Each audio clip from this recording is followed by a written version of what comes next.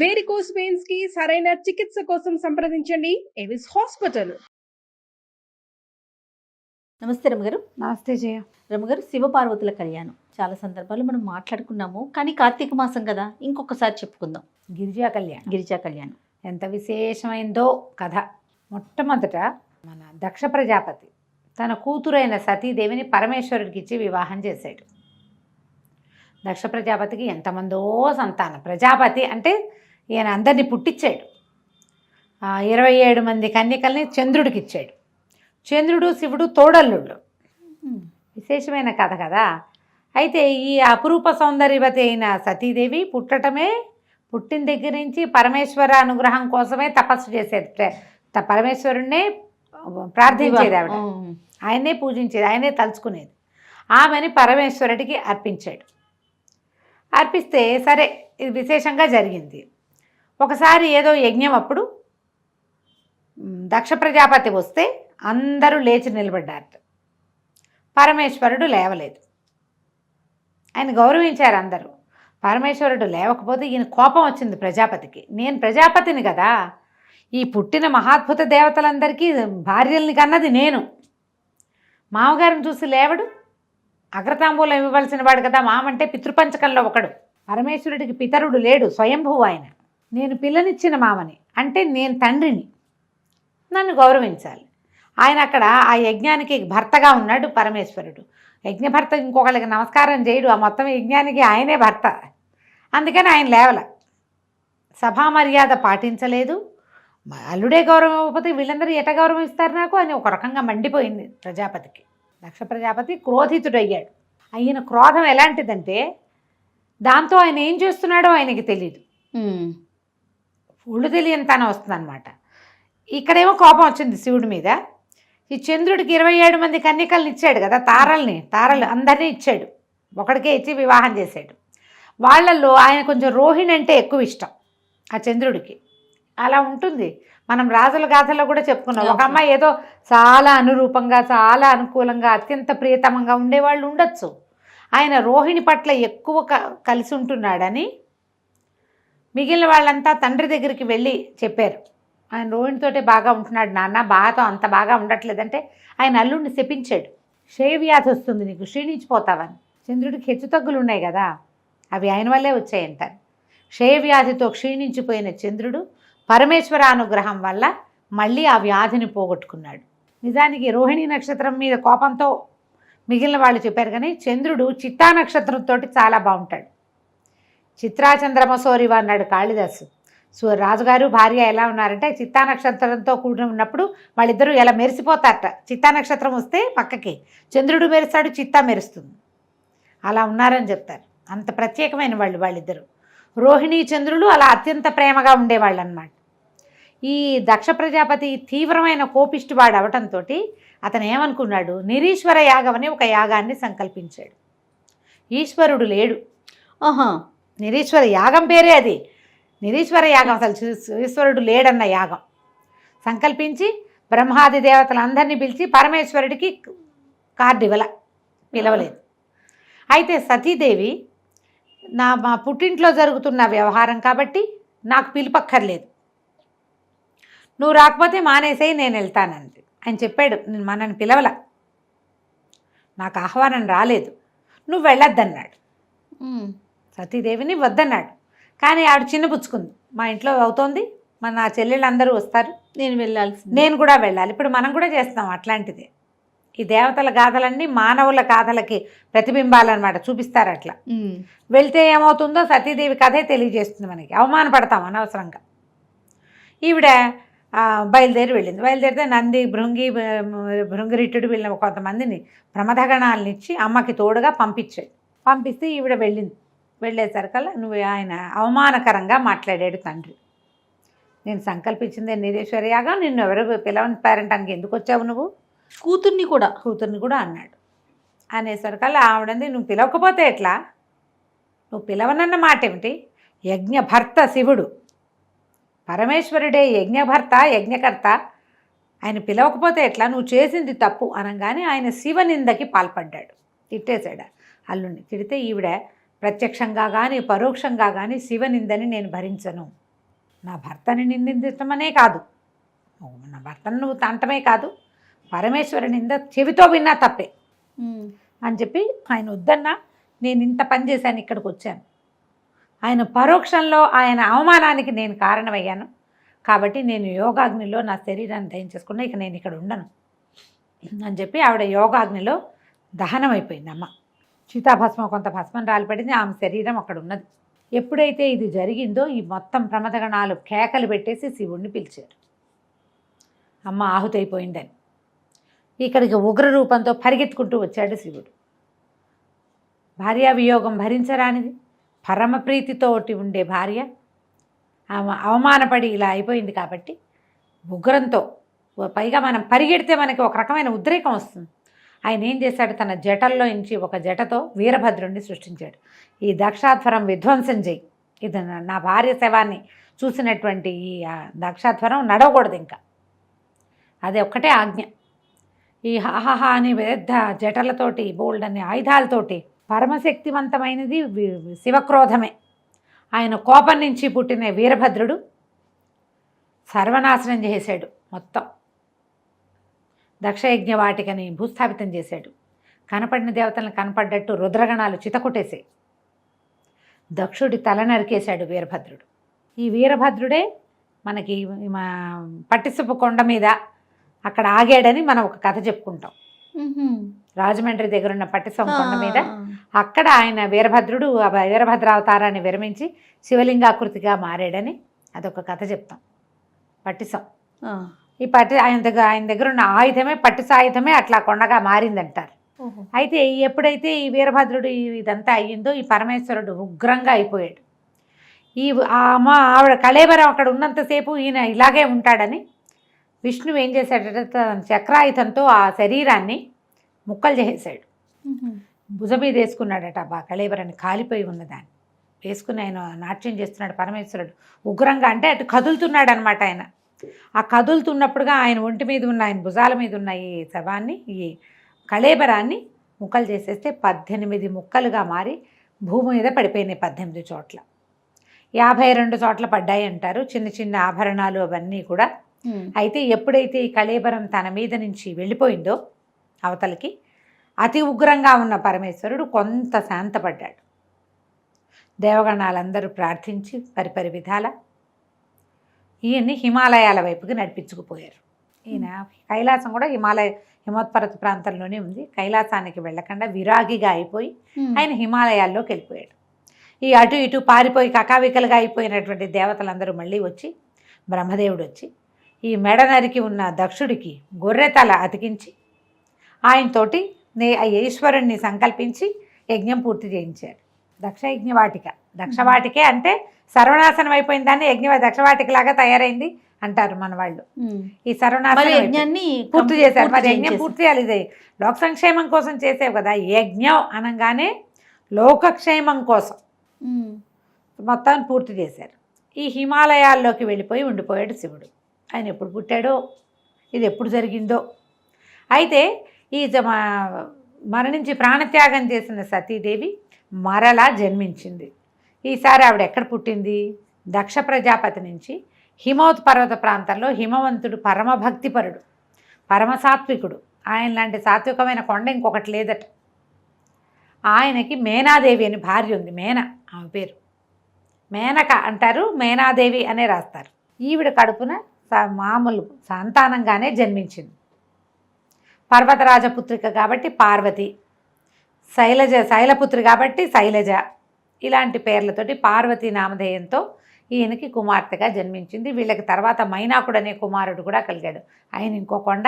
ఈ మైనాకుడు మనకి శ్రీమద్ రామాయణంలో కనపడతాడు, సుందరకాండలో. మళ్ళీ చెప్పుకుందాం. ఓకే. ఈ జన్మించిన పుత్రికకి పిల్ల కొంచెం పెద్దదైంది. కొంచెం 8 ఏళ్ళు వచ్చాక ఆయన ఏం చేశాడు, పిల్ల చాలా బుద్ధిమంతురాలు, సాత్వికురాలు, కొంచెం పూజా విధానం అది ఆసక్తి కలిగింది.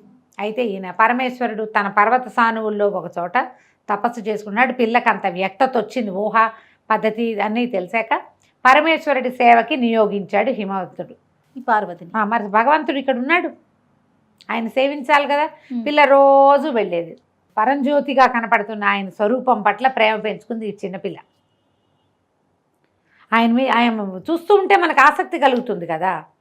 అయితే ఇంతలో ఏమైంది, అప్పట్లో తారకాసురుడు అని ఒక రాక్షసుడు. ఆ తారకాసురుడికి పరమేశ్వర భక్తి విపరీతంగా ఉంది. వాడు ఏం చేశాడు, పరమేశ్వరుడి కోసం తపస్సు చేసి ఈశ్వరుణ్ణి స్వాధీనం చేసుకుని నువ్వు నాతో ఉండు అని అడిగితే ఆయన తన ఆత్మలింగాన్ని ఇతనికి ఇచ్చారు, తారకుడికి. ఇస్తే ఆ తారకుడు ఆ లింగాన్ని తన మెడలో ధరించాడు. ఎప్పుడైతే ఈ అమృతలింగం అతని దగ్గర చేరిందో ఇక వాడి శక్తికి పట్టపగ్గాలే పైన. శివుడు ఆయన తపస్సులో ఆయన ఉన్నాడు, ఆయనకు వీడితో సంబంధం లేదు. తారకాసురుడికి ఏం చేస్తే అనిపించింది, పరమేశ్వరుడు ముక్తి ప్రదాత, మనకు ఆరాధ్య దైవం. కానీ మహావిష్ణువు అలా లేడు, అతను రాక్షసాంతకుడైన హరి, ఆ రాక్షసాంతకుడు. కాబట్టి తమ జాతిని అంతం చేస్తున్న విష్ణువుని పట్టి పల్లార్చాలని పుట్టింది తారకాసురుడికి. విష్ణువుని ఎంతసేపు కొలిచేవాళ్ళు ఎవరు, దేవతలు. ముందు దేవతల సంగతి చూద్దామని దేవతల పీఠమనడానికి ఆయన బయలుదేరాడు ఈ తారకాసురుడు. అయితే ఈ తారకాసురుడికి ఎవరి వల్ల ఇది ఉంది, మరణం ఉంది అంటే వాడు ఎవ్వరి వల్ల మరణం లేకుండా ఒక వరాన్ని పొందాడు బ్రహ్మ దగ్గర. కానీ మరణం తథ్యం కాబట్టి ఒక వేరే వరాంతరాన్ని ఇంకోటి అని కోరుకోమంటే సరే శివ సంతానంతో నాకు మరణం, పరమేశ్వరుడి సంతానంతో నాకు మరణం తప్పిస్తే ఇంకెవ్వరి వల్ల మరణం లేకుండా వరం పొందాడు వాడు. పరమేశ్వరుడు ఎప్పుడు విరాగిగా ఉన్నాడు, ఆయనకి సంతానం లేదు. ముందు సతీదేవి ఉండగాను లేదు, ఆవిడ వెళ్ళిపోయి ఎంతకాలం అయిందో ఇప్పుడు కూడా లేదు, ఆయన విరాగి అయిపోయాడు. ఆయన మళ్ళీ సంసారంలోకి దిగి సంతానాన్ని కంటాడన్న ఆశ అయితే లేదు. ఇక ఎవరి వల్ల చావులేని ఈ తారకాసురుడు విజృంభించాడు. ఇప్పుడు తారకాసుర సంహారం ఎలా జరుగుతుంది అనేది వీళ్ళంతా ఆలోచించి విష్ణువుని ముందు పిలిచారట, బాబు ఈయన సంగతి చూడాయన అని. విష్ణువు యుద్ధానికి వచ్చి కూడా వీడిని నేను చంపలేను, ప్రచండమైన రుద్ర తేజస్సుతోటి ఉన్నాడు వీడు. ఇప్పుడు వీడి మీద బాణం వేస్తే శివుడి మీద వేసినట్టే. శివుడు వీడితో ఉన్నంతకాలం నేనేం చేయలేను, శివుడిని దూరం చేయాలి ఒకటి. రెండోది వీడి వరం, బ్రహ్మదేవుడు ఇచ్చిన వరం ఏంటి, శివ సంతానమే ఇతన్ని చంపగలదు, శివతేజం మాత్రమే చంపుతుంది. శివతేజము అంటే ఆయన వల్ల పుట్టిన సంతానం. దానికోసం ఏదైనా ప్రయత్నం చేసుకుంటారా బాబు, వాడి దారిని వాడిని వదిలేయండి అని ఈయన దారిని ఈయన వైకుంఠానికి వెళ్ళిపోయాడు. ఇక దేవతలు చేతులు pisకుంటూ ఆలోచించుకున్నారు ఏం చేయాలి, ఎట్లా పరమేశ్వరుని ఇందులోకి దింపాలి. ఈ సందట్లో వాళ్ళకి ఏం తెలిసింది, పర్వతరాజపుత్రిక అయిన పార్వతి నిత్యము సేవిస్తుంది. ఈ పార్వతి ఎవరు అనగానే ఆమెను చూసేసరికి ఆమెలో ఉమా చైతన్యం కనపడుతోంది, భగవత్ చైతన్యం, పాపగా లేదని, చిన్నపిల్ల కాదు, ఏదో ఉన్నది ఈమెలో. అప్పుడు మళ్ళీ పరిగెత్తారు బ్రహ్మదేవుడి దగ్గరికి. ఆ అమ్మాయిని చూస్తే మనకు సతీదేవిని చూసినట్టు అనిపిస్తుంది. అప్పుడు ఆయన చెప్పాడనమాట, సతీదేవి ఇక్కడ జన్మించింది, ఇంకా సమయం రాలేదు, సమయం వచ్చే వరకు వేచుంటారా, సమయాన్ని తెప్పిస్తారో ఆలోచించుకోండి. దేవతలు బాగా ఆలోచించి మన్మథుని పిలిచి, ఓ నాయనా నువ్వు వచ్చి ఈ పరమేశ్వరుడి తపస్సు భగ్నం చేయి, ఆయన నిరంతరము తపస్సులోనే ఉంటున్నాడు. కళ్ళు తెరిచి చూస్తే ఈ ఉమా చైతన్యం కనపడుతున్న, ఈ శక్తి చైతన్యం కనపడుతున్న ఈ అమ్మాయిని కనుక ఆయన చూస్తే ఆయన ఆకర్షితుడవుతాడు. చూడటల్లా అసలు ఆయన కళ్ళు మూసుకునే ఉంటాడు. పిల్ల వస్తుంది, పువ్వులు దండేస్తుంది, పువ్వులు పెడుతుంది, పళ్ళు పెడుతుంది, ఆ పిల్ల అక్కడే పరిచర్య చేస్తూ అవి ఇవి సవరిస్తూ తుడుస్తూ ఉంటుంది. ఆయన కళ్ళు తెరిచి చూడ్డు. అమ్మాయి వెళ్ళిపోతుంది, ఈయన లేచి తన వ్యవహారం చూసి మళ్ళీ కూర్చుంటాడు. మళ్ళీ సాయంత్రం వస్తుంది, మళ్ళీ ఈయన కూర్చుంటాడు. పరమేశ్వరుడు కళ్ళు తెరిచి చూడాలి, అది అక్కడ మన పార్వతీదేవి అక్కడ ఉన్నప్పుడే జరగాలి, ఆయన కళ్ళు తెరిపించు అనగానే వచ్చాడు. ఈ హిమాలయాల్లో పువ్వులు అవి పూసే చెట్లు ఎక్కడో ఉంటాయి, పరమేశ్వరుడు ఉన్న చోట మంచు తప్పిస్తే ఏమీ లేదు. ఈ మన్మథుడు వచ్చేసరికి అతను ఎక్కడికి వస్తే అక్కడ వసంతం వస్తుంది. వసంతుడు ఆయన వెనకాలే ఉంటాడు, ఆయనతో పాటే ఉంటాడు. ఈయన చిలుక ఆయుధం మీద వస్తాడు, చిలుక రథం మీద వస్తాడు. భార్య భర్త ఇద్దరు ఉత్సాహంగా వచ్చారు. వసంతుడు వచ్చాడు, మొత్తం చుట్టుపక్కల ఉన్న మొక్కలన్నీ చిగురు చేసినాయి, బాగా కళకళలాడుతుంది, చల్లని గాలి, సుగంధభరితమైన గాలి వస్తుంది. ఈ అమ్మాయి పార్వతీదేవి పరిచర్య చేస్తుండగా మన్మథుడు ఒక చెట్టు చాటున దాగి, పెద్ద దాగల కొంచెం అటు ఇటుగా నుంచుని పరమేశ్వరుడికి బాణం వేసుకుంటాడు. ఈ బాణాలు ఏం వేస్తాడు మన్మథుడికి, పంచబాణుడు అంటారు. 5 బాణాలు ఉన్నాయి. ఈ 5 పువ్వుల బాణాలే, కేవలం మనసుని చంచలం చేస్తాయి అంతే. అవి ఏ వస్తువును చూస్తే దానికి ఆకర్షితులయ్యేగా చేస్తాయి. అశోకము, అరవిందము, నీలోత్పలము, మామిడి పువ్వు, చూతము, నవమల్లిక ఈ 5 ఆయన ఆయుధాలు. ఓహో. ఈ 5 బాణాలు. ఈ బాణం పువ్వు వేస్తే దెబ్బ తగులుతుందా? పువ్వులతో కొడితే దెబ్బలు తగలవు. అది ఎక్కడ తగలాలో అక్కడ తగులుతుంది. మనసు కిటికీలు తెరుచుకుంటాయన్నమాట. ఈ బాణాలు వేసేసాడు టపాటపా ఒకదాని వెనకాల ఒకటి. బాణం తగిలేసరికి ఆయనకి స్పృహ వచ్చింది. కళ్ళు తెరిచి చూసరికి అమ్మాయి కనపడింది. కానీ ఆయనకి వెంటనే ఏం తెలిసింది, వీడెవడో నన్ను కొట్టాడు. ఓహో. ఈ కొట్టిన వాడెవడని అటు చూశాడు. చూసేసరికల్లా కనిపించాడు మన్మధుడు చక్కగా బాణాలు ధరించి అందంగా అలంకరించుకొని రతి సహాయుడుగా పక్కనే భార్య ఉంది. చిలుక వాహనం కనపడుతోంది. మొత్తం వాతావరణం అంతా అదే మెరిసిపోతూ పువ్వులతోటి గుమగుమలాడిపోతుంది. కోపం, వీడికి ఇంత సాహసం, నన్ను కొడతాడా వీడు అన్న ఒక్క భావం లోపల వచ్చేసరికల్లా ఆయన 3వ కన్ను తెరుచుకుంది. మామూలు నేత్రాల్లోంచి అగ్ని వర్షించడు, తృతీయ నేత్రంలోంచి అగ్ని, అది అగ్నినేత్రం, 3వ నేత్రం. ఎప్పుడైతే ఈ కన్ను తెరుచుకుందో కంట్లో నుంచి ఇట్లా మంట వచ్చేసి ఆ రావటం ఆ 3వ కంటి మంటకి ఈ మన్మధుడు భగ భగ భగ మండిపోయాడు. హర శివ శివ అన్నాడు. శివ లేదు, హర లేదు, దగ్ధమైపోయాడు. బెదిరిపోయింది ఈవిడ పార్వతీదేవి. పరమ దుఃఖంతో పరిగెత్తేసింది. అమ్మాయికి అర్థమైంది ఏం జరిగింది. చెలికత్తెలు అందరూ పరుగులు పెట్టారు, తెలుసుకున్నారు. ఎప్పుడైతే ఈ కంటి మంటతోటి ఆ మన్మధుడిని కాల్చేశాడో పరమేశ్వరుడు రిగ్గున లేచి వెళ్ళిపోయాడు అక్కడి నుంచి. ఆయన వెళ్ళిపోయాడు. ఈవిడ బిత్తరమొహంతోటి నుంచుంది పార్వతి. అవి తెలియలా, చిన్నతనం కూడా కదా, ఏం జరుగుతుందో అర్థం కాలేదు. ఆయన తన వైపు చూసింది, తెలిసింది. ఒకళ్ళొకళ్ళు చూసుకున్నారు వీళ్ళిద్దరు. ఏం చేయాలో తెలియలేదు. దుఃఖంతో ఈవిడ ఇంటికి వచ్చింది. పరమేశ్వరుడు వెళ్ళిపోయాడు అని. ఆ వెళ్ళిపోయిన పరమేశ్వరుడు కావాలనిపించడం మొదలుపెట్టింది అమ్మాయికి. తల్లికి చెప్పింది, నేను ఇంట్లో ఉండను, పరమేశ్వరుడి కోసం నేను తపస్సు చేసుకుంటాను, నేను వెళ్ళిపోతానని. వాళ్ళమ్మ వద్దమ్మా వద్దని. అప్పుడే ఉమానామధేయం వచ్చింది ఈవిడికి. ఉమా అంటే అమ్మాయి వలదు, ఉమా అంటే అదే అర్థం. ఈవిడకి ఏమైనా సరే నేను తపస్సు చేసుకుంటానని తపస్సు కోసం హిమాలయ పర్వత ప్రాంతంలోని ఇంకొక చోటకు వెళ్ళి తపస్సు చేసుకోవటం మొదలుపెట్టింది. శివుడి కోసం. ఆ కన్ను తెరిచేసరికల్లా ఇంకా అప్పటిదాకా భక్తి ఉంది, ఇప్పుడు ప్రేమ వచ్చేసింది. ఈ బాణాలతోటి వాతావరణం అంతా మారిపోయింది. యాంబియన్స్ మారేసరికి ఐడియాలు మారిపోతాయి కదా. అదే మనం ఇప్పుడు దానికి వర్కౌట్ చేస్తున్నాం, మంచి యాంబియన్స్ ఉండాలని. ఎప్పుడుదో ఇది గుడ్ యాంబియన్స్ ఐడియాస్ని మార్చేస్తుంది. అయితే ఈ తపస్సు చేసుకోవటం మొదలుపెట్టింది. తపస్సుతోటి మొదట్లో అవి ఇవి తిని ఉండేది. క్రమంగా ఆకులు కూడా తినడం మానేసిందిట. అపర్ణ అయింది అమ్మవారు. అప్పుడు పర్ణములు కూడా లేవు. అపర్ణ అంటారా పేరు? ఆ అపర్ణ ఏమిటంటే ఇలా తపస్సి సమాధిలో ఉన్నటువంటి పార్వతీదేవి ఆకులు కూడా తినడం మానేశాక అపర్ణగా మారిపోయింది. అయితే ఈ 4 పక్కల అగ్నుల్లో మధ్యలో నిలబడి అలా శివుడి కోసమే ప్రార్థన చేస్తూ ఉండేదట.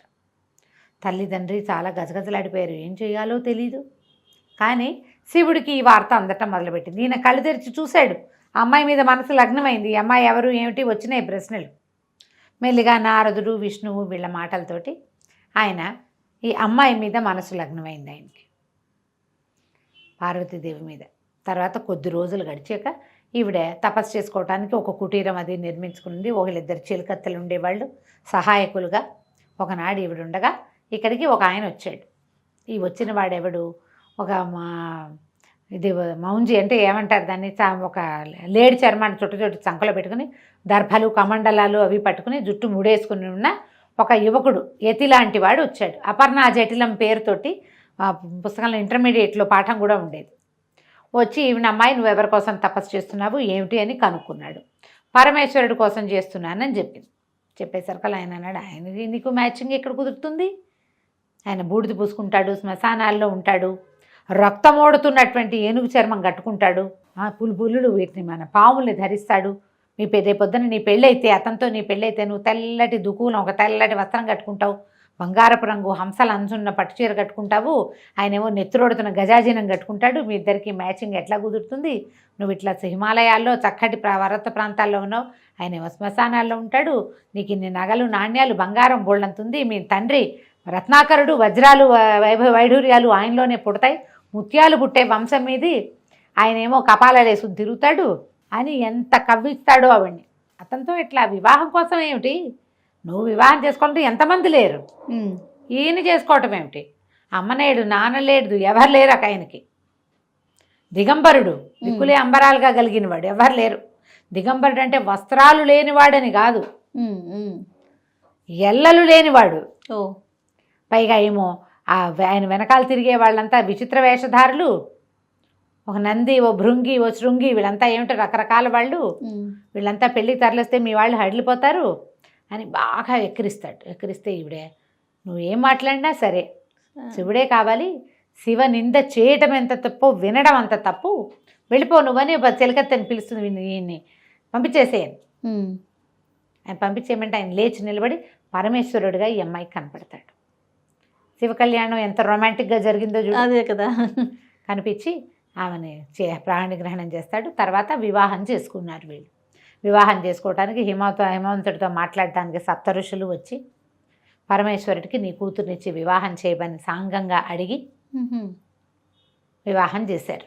ఆ వివాహానికి మొత్తం అందరూ వెళ్ళారట, 3,000,000 దేవతలు వెళ్ళారు. వీరికి వివాహం జరిగిన తర్వాత ఈ వివాహానికి పెళ్లివాళ్ళు, ఆడపెళ్లి వాళ్ళంతా స్వాగతం చెప్పడానికి వస్తే ఈయన వెనకాల ఈయనేమో కపాలాలు అవి ధరించి పెద్దగా ఇంత జుట్టు జటలతోటి ఒక ముసలి ఎద్దునెక్కి మహాద్భుతమైన ఆకారంతో త్రిశూలము, మన్నిండా పాములు, ఒంటి నిండా పాములతోటి ఈ వచ్చి చుట్టూతా ఉన్న ప్రమథగణాలన్నీ ఇవన్నీ రాక్షస పిశాచగణాలు కదా. ఆయన ఏముంటాడు, భూతనాథుడు. ఆయన శ్మశానంలో ఉండేవాడు. అక్కడ ఏముంటాయి, బేతాళ పిశాచాదులు బోల్డ్ అని ఉంటాయి. అందరూ హడిలిపోయారు. అందరూ దేవతలే అట్లా కనపడతారు. నువ్వు ఎలా చూస్తే అట్లా కనిపిస్తారు. బాబోయ్ అనుకుంటే బాబోయ్గా ఉంటుంది, పర్వాలేదు అనుకుంటే పర్వాలేదు. మేనాదేవి పరమ దుఃఖంతో అయ్యో పిల్లకి ఇలాంటి కష్టం వచ్చిందే, ఇట్లాంటి వాడికి ఇచ్చి పెళ్లి చేస్తున్నాం ఏమిటి మనం, ఈ పెళ్ళి లేకపోయినా పర్వాలేదని ఆవిడ 7 శోకాలు పెట్టి అలా జరిగిందని చెప్తారు. ఓల్డంతా సరదాగా పెళ్లి చేసుకున్నాడు ఆయన. పార్వతీదేవి, లక్ష్మీదేవి, సరస్వతీదేవి అందరూ వచ్చి దగ్గరుండి పరమేశ్వరుడిని పెళ్లి కొడుకుని చేసి ఆయనకి ఈవిడితోటి సతీదేవి యొక్క స్వరూపమైన ఉమాదేవితోటి వివాహం చేశారు. గిరిజా కళ్యాణం అత్యంత విశేషమైన గాథ. మనకి బ్రహ్మదేవుడి పెళ్ళి, విష్ణుమూర్తి పెళ్లిలో ఈ సరదా కనపడదు. వెంకటేశ్వర స్వామి వివాహంలో కొంచెం కనిపిస్తుంది, మళ్ళీ శ్రీకృష్ణుడు రాముల వారి వివాహాల్లో కూడా కనిపిస్తుంది. కానీ మహావిష్ణువు వివాహం సింపుల్గానే కనిపిస్తుంది. లక్ష్మీదేవి వచ్చింది, విష్ణువుని చేరుకుంది అని చెప్తారు. ఎందుకంటే విశేషమైన గాథగా కనపడదు. వివాహం అయిన తర్వాత వీరిద్దరికీ సంతానంగానే షణ్ముఖుడు జన్మించాడు. కానీ శివతేజం, శివపార్వతులు ఇద్దరు, ఆమె శక్తి, ఇతను శివుడు, వీళ్ళ వల్ల కలిగే సంతానం చాలా ప్రచండమైనది అవుతుందని పార్వతీదేవి గర్భంలో ఆ శిశువుని పడనివ్వకుండా చేశారు దేవతలు.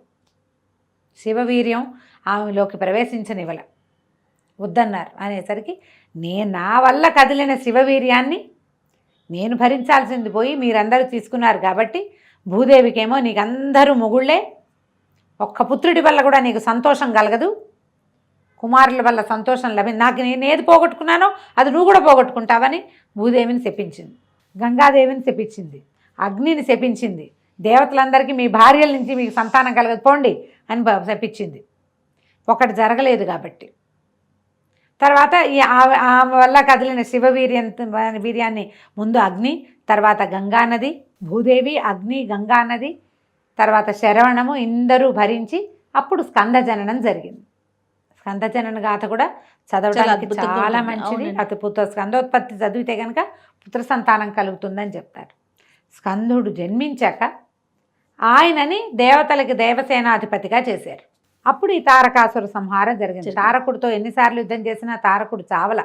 అప్పుడు పరమేశ్వరుడే చెప్పాట, అతని మెడలో అమృతలింగం, ఆత్మలింగం ఉంది, దాన్ని కొడితేనే, భగ్నం చేస్తేనే వీడు మరణిస్తాడు అని.